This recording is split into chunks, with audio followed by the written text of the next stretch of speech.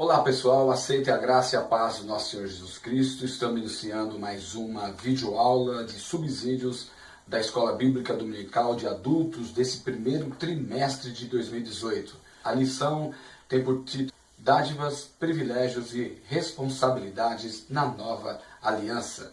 O texto áureo dessa lição está registrado em Hebreus, capítulo número 10, versículo 22. Abre aspas. Cheguemo-nos com verdadeiro coração e inteira certeza de fé, tendo o coração purificado da má consciência e o corpo lavado com água limpa. Fecha aspas. Hebreus capítulo 10, versículo 22. E a verdade prática é a seguinte. A nova aliança é uma dádiva divina que traz grandes responsabilidades. A leitura bíblica em classe está registrada em Hebreus capítulo 10, versículo 1 a 7 e versículos 22 ao versículo 25. O objetivo geral da lição 10 diz assim: a nova aliança é uma dádiva divina que traz grandes responsabilidades. Temos ainda 3 objetivos específicos que são: primeiro, saber qual a dádiva da nova aliança. Segundo, apresentar os privilégios da nova aliança. Em terceiro lugar, explicar as responsabilidades da nova aliança. Muito bem, a nossa lição ela traz nesse domingo uma lembrança de tudo aquilo que o autor sagrado tentou demonstrar nessa extensa teologia na defesa da supremacia de Cristo, da supremacia do serviço de Cristo, do ministério de Cristo, do local de oferecer o sacrifício, que é o Santo dos Santos, ou seja, no céu, o novo tabernáculo, a perfeição. E o esforço do escritor tinha um objetivo. Era demonstrar que não era mais para voltar aos rudimentos antigos, que era símbolo da realidade que se manifestava através da pessoa de Jesus Cristo. Então essa verdade não podia sair de foco. E aqui no capítulo 10, versículo 22 especificamente, nós vemos essa verdade, as motivações pelas quais era importante permanecer em Cristo Jesus. Então o pastor José Gonçalves dividiu essa lição em 3 partes. A primeira parte, que é o primeiro tópico, ele traz uma introdução e relembra a dádiva da nova aliança, ou seja, uma única oferta, um único ministrante e oferecido uma vez por todas. Uma única oferta porque não precisava ficar tendo muitas ofertas. Agora em Cristo essa oferta é única. O próprio Senhor Jesus ofereceu a si mesmo em favor de toda a humanidade. Em segundo lugar, nesse tópico nós temos que também na nova aliança um único ofertante. Existiam milhares de sacerdotes sucessivamente que faziam suas ofertas, demonstrando a fragilidade do sacerdócio araônico. Mas Jesus, sendo o único ofertante, sendo ele eterno, rei sacerdote, né? Rei sacerdote justamente por conta, a semelhança de Melquisedeque, sacerdote e rei. E Jesus então, um ofertante digno que ofereceu lá diante de Deus uma oferta maravilhosa. Ele era capacitado, um sumo sacerdote, Jesus Cristo, sumo sacerdote, rei. Então a nova aliança era caracterizada por um único ofertante. Da mesma maneira, essa oferta que foi ele mesmo, Jesus, oferecida uma só vez, né? Uma vez por todas, porque era impossível que o sangue de animais e bodes fossem suficiente para perdoar os pecados. Eles eram apenas uma lembrança de que o homem pecava. E se isso tivesse realmente servido, esses homens não precisavam fazer várias ofertas, né? Então, Jesus, oferecido uma vez por todas, ele substituiu todas as ofertas do antigo pacto. Então, no primeiro tópico, nós vemos aqui que a nova aliança nos concede uma grande dádiva. Qual grande dádiva é essa? Acesso direto ao Pai. Não precisando mais de sacrifício, porque Jesus é o sacrifício. Não precisando mais de sacerdote, porque Jesus é o próprio sacerdote. Não precisando oferecer sucessivos sacrifícios, que Jesus ofereceu uma vez só por todas. Então, a grande dádiva que a nova aliança nos fornece é não precisar mais do sacerdócio antigo, não precisar mais da aliança antiga. A nova aliança está centralizada na pessoa de Jesus. Por isso, amados, não tem sentido uma igreja que não seja cristocêntrica. Só tem sentido o evangelho se ele for cristocêntrico. Qualquer desvio doutrinário já foge da realidade da pessoa de Jesus como sumo sacerdote, como oferta que ofereceu uma vez por todas. O segundo tópico da nossa lição fala dos privilégios dessa nova aliança. Que privilégio é? Em primeiro lugar, a regeneração. Isso é fundamental para compreendermos que o que Jesus fez não era mera cópia, mas ele faz com que a sua palavra promova em nós transformação interna. Não é apenas sacrifícios externos, uma religiosidade ou algo exterior, mas uma coisa que provoca internamente mudanças, regeneração. No capítulo 8, o autor já havia contrastado a antiga aliança com a nova, levando em conta o seu aspecto cerimonial e ritual. Os inúmeros sacrifícios e rituais jamais puderam produzir mudança interna. Isso era lembrança. O versículo de número da lição bíblica fala o seguinte, olha só, versículo 3 do capítulo 10. Nesses sacrifícios, porém, cada ano se faz comemoração dos pecados, ou seja, lembrava que o homem era pecador, mas o sacrifício não tinha poder de perdoar os pecados. Agora, na nova aliança, nós temos uma mudança interna. A nova aliança produz em nós uma mudança interna, isto é, no nosso coração. Hebreus capítulo 10, versículo 16. O apóstolo Paulo disse o mesmo, mas com outras palavras. O fato de nós nos santificarmos, o fato de nós produzirmos frutos dignos de arrependimento, é um fato que provoca mudança interior, vinda do céu.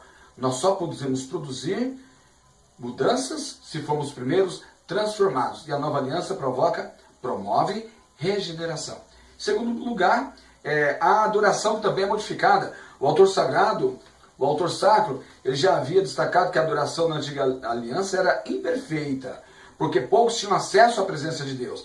Mas agora, na nova aliança, no novo concerto, o próprio crente tem acesso direto a Deus. O véu se rasgou, que separava o santo dos santos do lugar santíssimo. Lugar santo, lugar santíssimo. O véu se rasgou. Temos acesso ao Pai. E por ter acesso ao Pai, nós falamos diretamente a Ele. Nós celebramos a Ele, sem intermediários, sem sacerdote para nos intermediar. Nós somos aqueles que podemos adentrar no lugar santo dos santos, na presença de Deus, e adorá-lo em espírito e em verdade.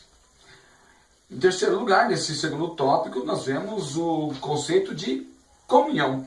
A Assembleia da Antiga Aliança não tinha como objetivo promover uma comunhão com o seu Deus. A comunhão sempre intermediada pelo sacerdócio. Mas agora, na Nova Aliança, temos comunhão com Cristo. E o sentido de igreja só é real quando nós temos comunhão com Deus e, por extensão, comunhão com o próximo. Então, o aspecto comunhal é muito importante, porque a igreja é o corpo do Cristo vivo e nós somos membros desse corpo. Então, aqueles que estão na igreja, eles estão em harmonia com Cristo, eles estão em comunhão com o Senhor Jesus Cristo. Então, nós temos nesse segundo tópico, que fala sobre os privilégios da nova aliança.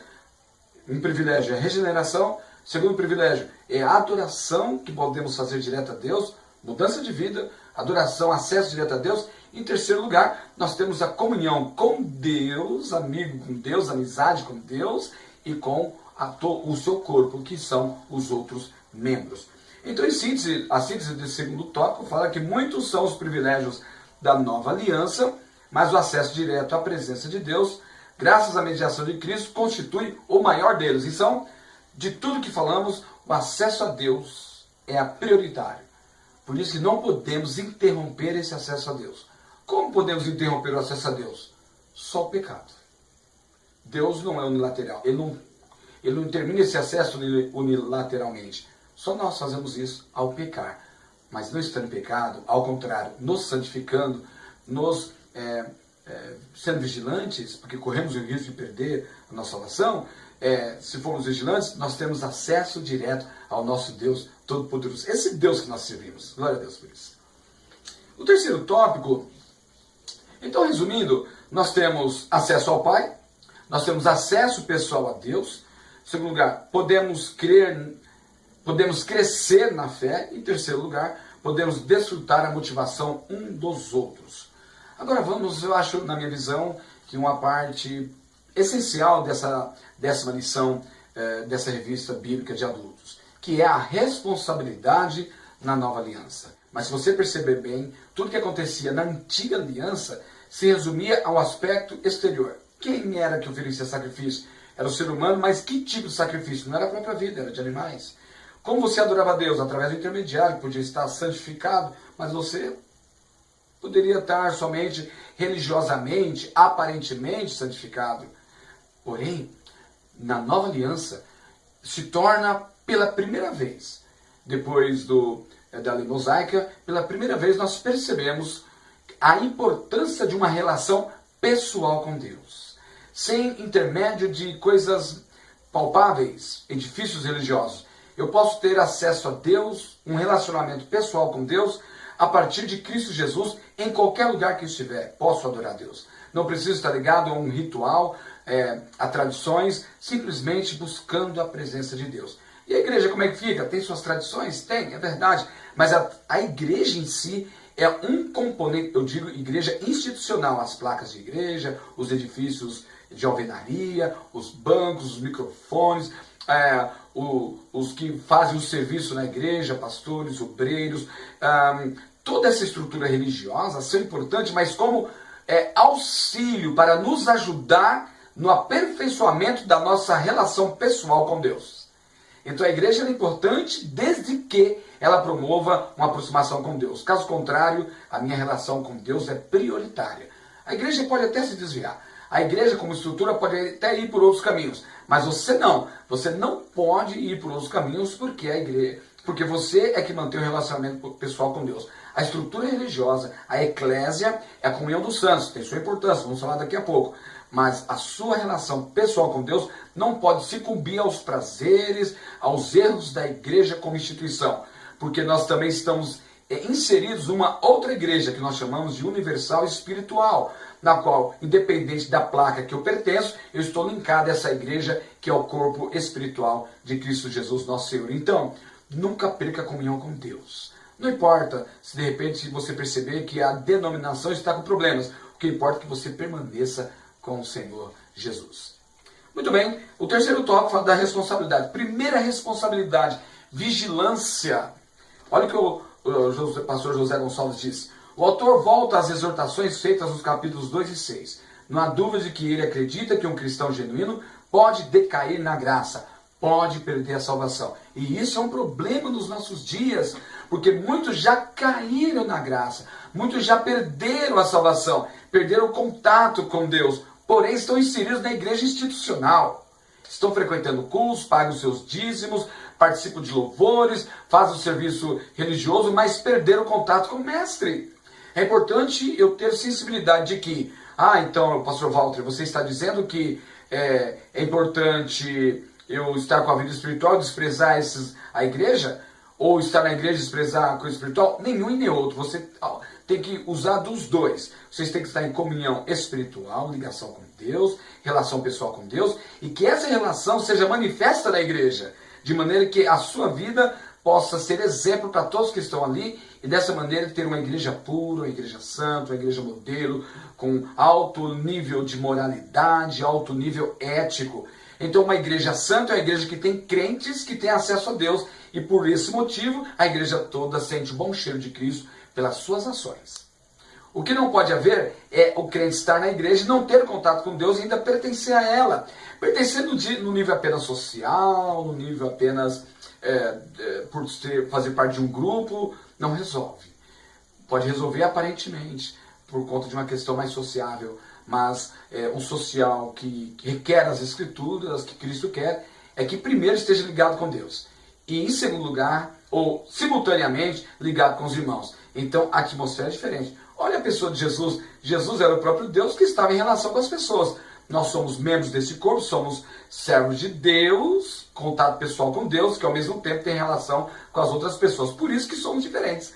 Por isso que você pode ser diferente. Diferente de tudo que está aí. Porque por Deus ser um Deus amoroso, você expressa o amor de Deus. Por Deus ser um Deus misericordioso, você expressa a misericórdia de Deus. Por Deus ser um Deus gracioso, você também expressa a graça de Deus. Caso contrário, não será possível. Muito bem? Então ele fala vigilância, a importância da vigilância, né? Para quê? Para retermos a palavra de Deus. Estar atentos para não perder esse fio condutor, esse acesso a Deus que é o mais importante. Em segundo lugar, ele fala sobre confiança, com o objetivo de animar a fé dos crentes, o autor faz menção ao histórico da vida deles. Eles haviam experimentado sofrimento, abandono e até mesmo a expoliação. Contudo, permaneceram firmes. Se na vida que eles tiveram, no histórico da vida deles, conseguiram permanecer firmes, apesar das adversidades, porque Deus espera mais de você, repito, Deus espera mais de você. Pense nisso. Você pode doar mais para Deus, fazer muito mais para Deus, porque Ele primeiramente te capacitou. Então não sejamos negligentes em fazer a vontade de Deus. Então essa vontade ela é expressa na vigilância, e a vontade de Deus, e esse doar-se mais, fazer mais para Deus, também expressa na confiança.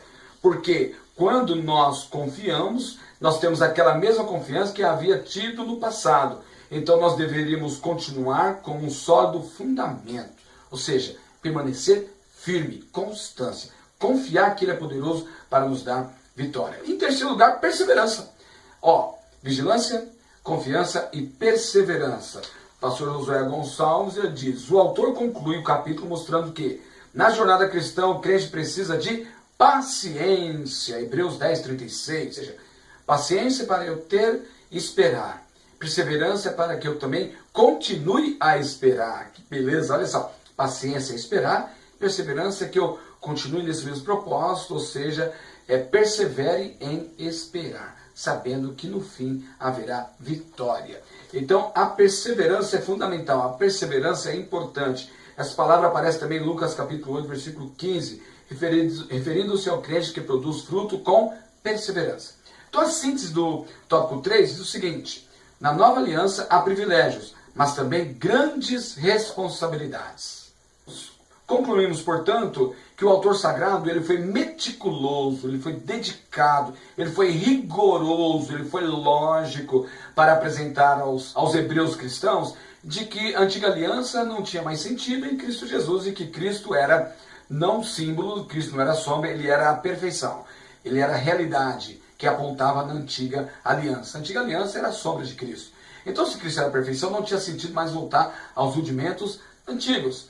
Ora, se isso é verdade, ele diz aqui, que ele cabe a nós, a comparação que ele fez detalhada, cabe a nós vivermos essa nova aliança debaixo de uma promessa. Cabe a nós, o cristão, deve se acomodar, não deve se acomodar, mediante as dádivas e os privilégios, à responsabilidade. E, portanto, existia um risco sério de se apostatar da fé. E esse risco podia refletir na vida espiritual e na vida cristã dos nossos irmãos. Então era importante dedicar a vigilância, era importante a dedicação, a vigilância, a perseverança, para não se afastar nunca mais do Deus vivo, porque essa nova aliança provoca regeneração, transformação. Que todos nós possamos nos apegar na palavra e não nos afastarmos. E ao contrário disso, nos dedicar com toda a nossa alma, todo o nosso entendimento, todo o nosso pensamento, todas as nossas forças para servir a esse Deus maravilhoso e adquirirmos então uma vida cristã genuína, autêntica